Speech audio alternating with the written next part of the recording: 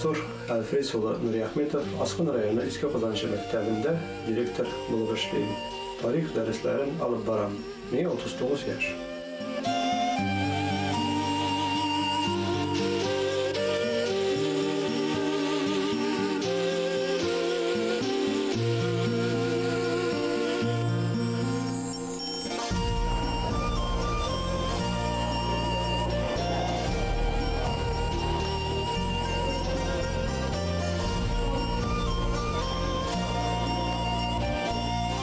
Педагогиканың тормышымда зур урын биләп торган сәбәпләре күп.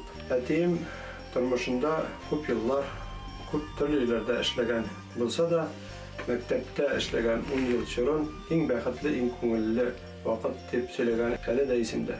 Без 4 туган педагогиканы үзебез һөнәр итеп сайладык һәм республика мәктәпләрендә туганнарым белән эшләп йөрибез.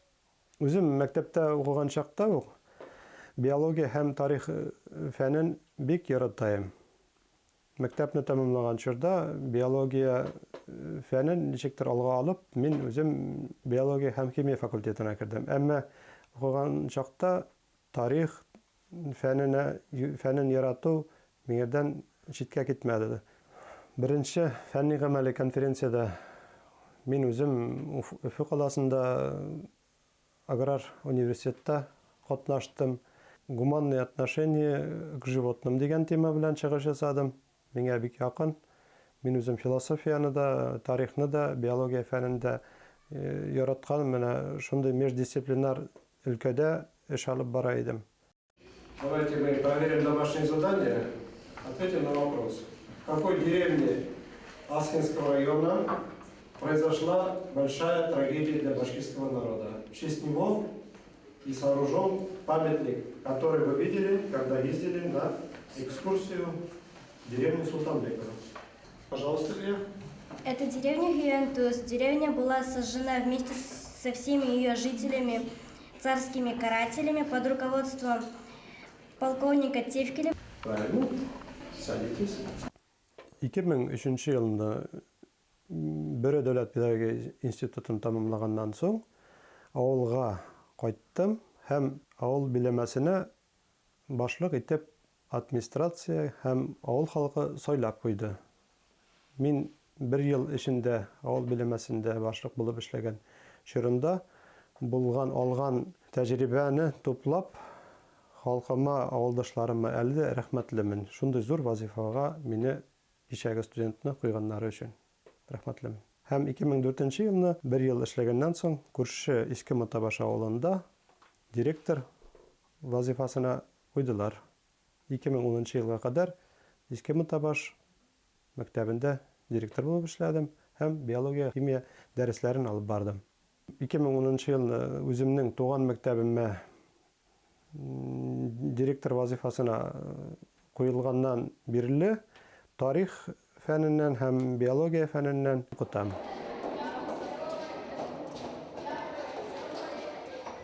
Мансур Әлфрейсович эшкә башлау белән безнең мәктәпнең тормышы бөтенләй үзгәрде. Мәктәпнең техник материал базасы шул кадәр ныгыды һәм бүген безнең балаларны иҗади яктан да, фәнни яктан да үстерүгә мәктәптә бөтен мөмкинчелекләр дә бар. 2016 елдан бирле фәнни, гамәли, практик конференция үтә. Якуповские чтения. Монда безнең балалар үзләренең фәнни эшләре белән чыгыш ясыйлар.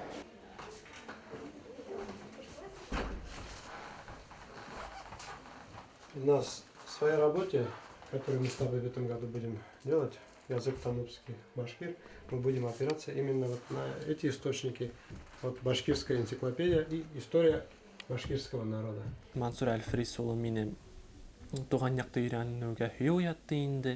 Уның менән 2 ел рәттән фәнни-гамәли конференцияларга катнашабыз. Беренче эшем минең Фархуллина Наҗия багышланган иде. Ул танып шифахананың нигез салучысы.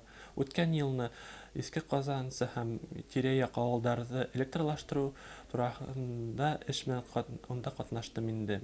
Конференцияда балалар үзләре бер рәттән укытучылар, фән өлкәсендә югары нәтиҗәләргә ирешкән гыйльми хезмәткәрләр белән бер рәттән чыгыш ясап, үзләренең мәкаләләре белән булган китапка, сборникка бастырылырга дип уйладык һәм эшлибез дә.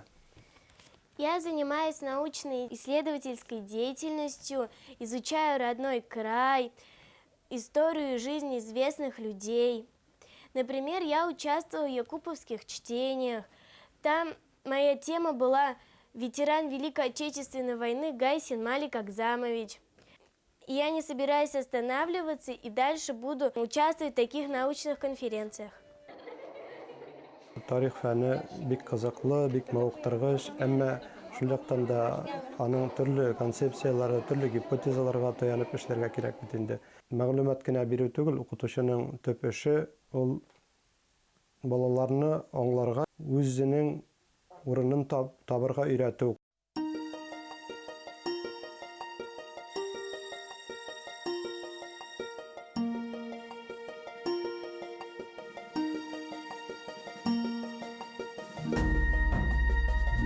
Безнең уен квест дип атала, викторина квест. Безнең музейда беренче укытучыбыз Ахмеров Нәҗмигә багышланган нинди экспонатлар бар? Кем эзләп таба? Галия, указка, эзләп тап, күрсәт безгә. Менә и сәгатең. Дөрес. Музейда иң борынгы экспонат булып, минем олатаем 20нче буаттан караган елларында Шидари елганың һул як ярыннан табып алган экспонат ханалар. Шул предмет белән сыйфа эшләгез. Дәрес кызык булырга тиеш. Интернет челтәре смартфоннан баланы тартып алып, тарих дәресендә бүтән дәресләрне без мавыктыргыч итеп төрле яңа формаларда алып барырга тиешбез. Шуның өчен интернет киңлекләрендә телевидение бүтән яклап электрон мәгариф системасындагы булган алдынгы технологияларны кулланып, без мәктәптә эшлибез. Безнең Иске Казанчы мәктәбе үзебезнең мәгариф программасы буенча цифровая образовательная среда дигән проект бар безнең ил буенча. Мәктәпкә бик күп күләмдә электрон санлы техника кайтарылды. Һәм без аны бүген өйрәнеп, кулланып эшләргә тырышып ятабыз. Все цвета можно закодировать с помощью 3 цветов. Это красный, зеленый и синий.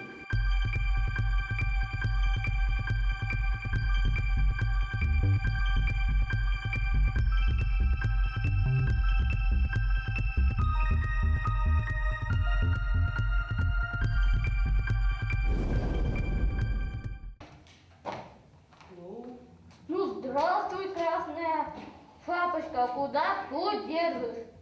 Вовсе я не красная шапочка, а красная кепочка, и иду я своей любимой бабуя. Ну а как у тебя дела? Что-то ты невозможно выглядишь. Может, тебе надо чего? Артистлар сәхнәгә чыгар алдыннан дулкынланган кебек укытучылар һәр көнне дәрескә кергән саен минемчә дулкынланадыр. Һәр дәресне ничегрәк яхшырак бирергә, үзенең өстендә эшләп, ниндирәк мәгълүмат бирергә, ниндиләр яңалык кертергә укытучы тырышып эшләргә тиеш бу өлкәдә дә. Һәм белемен камилләштермәгән укытучы бүгенге көнне мәктәптә эшләй алмый, минемчә.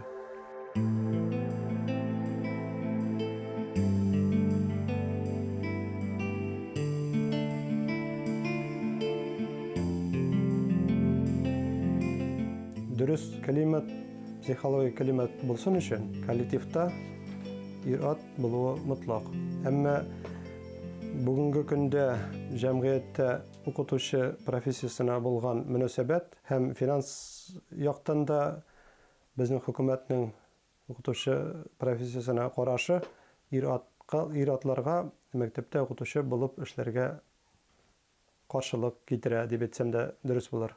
Минем ышаныш бар, киләчәктә Алла бирсә, укытучы профессиясына карата аның авторитеты үстерү ягында зур эш алып баралар дип уйлыйм.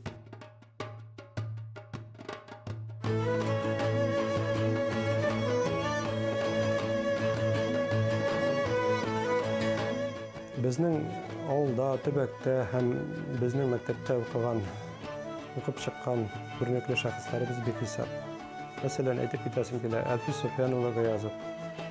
2010 елны мәктәптә ул үз исеменә стипендия булдырды. Ул елда үз вакыт табып, кайтып тапшыра. Һәм балалар, укучылар шуны күреп үсә. Үземнең балалар да фәнгә, гыйльми эшкә ярату белән карый.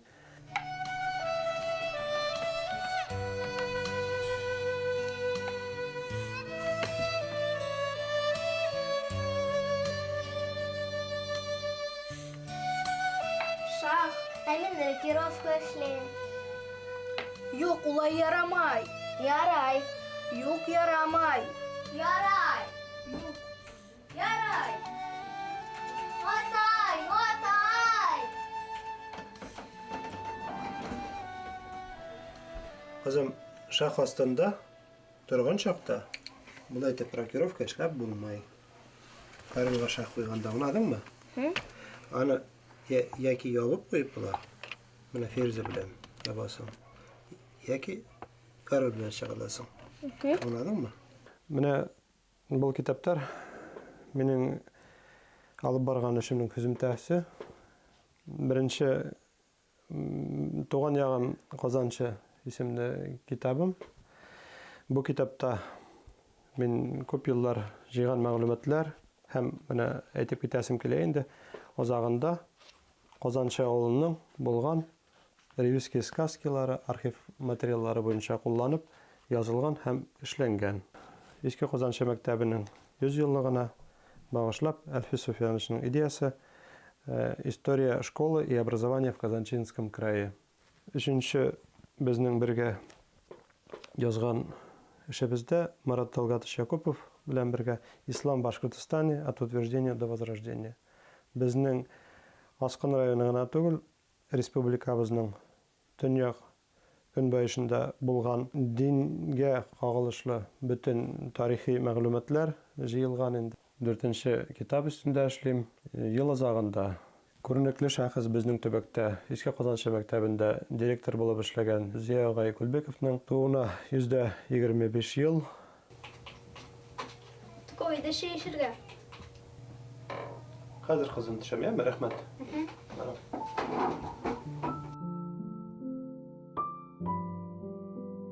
Хатыным белән бер мәктәптә эшлибез. Без аның белән бер дәүләт педагогия институтында укыганда ук таныштык.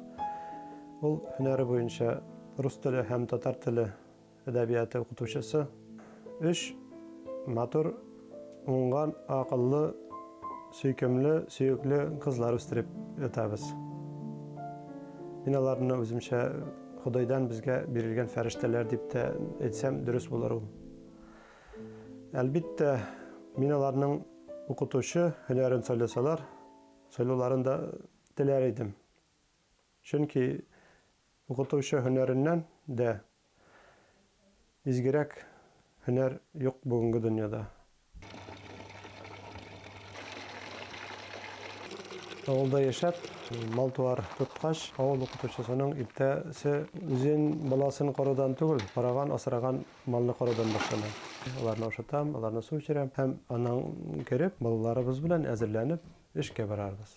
Дәресләр үткәреп, йөреп кайтканнан соң, безнең төбәктә бик күп тәмле, сулы, шифалы шишмәләр. Анда барып без үзебезгә, өйгә, эчәргә су алып кайтабыз. Һәм кич балалар белән бергә утырып шахмат уйнайбыз, үй эшләрен эшләйбез, икенче көнгә дәрес әзерләйбез һәм алар йоклаганнан соң вакыт калса, фәнни эш белән һәм бүтән эш белән депутат эше, мин үзем эксперт булып та торам, Обернадзор эксперты да, Аскын районы башкортлар курултайы әгъзасы булып та торам, менә шул эшләрне башкарырга тагын да төн озын вакыт кала инде.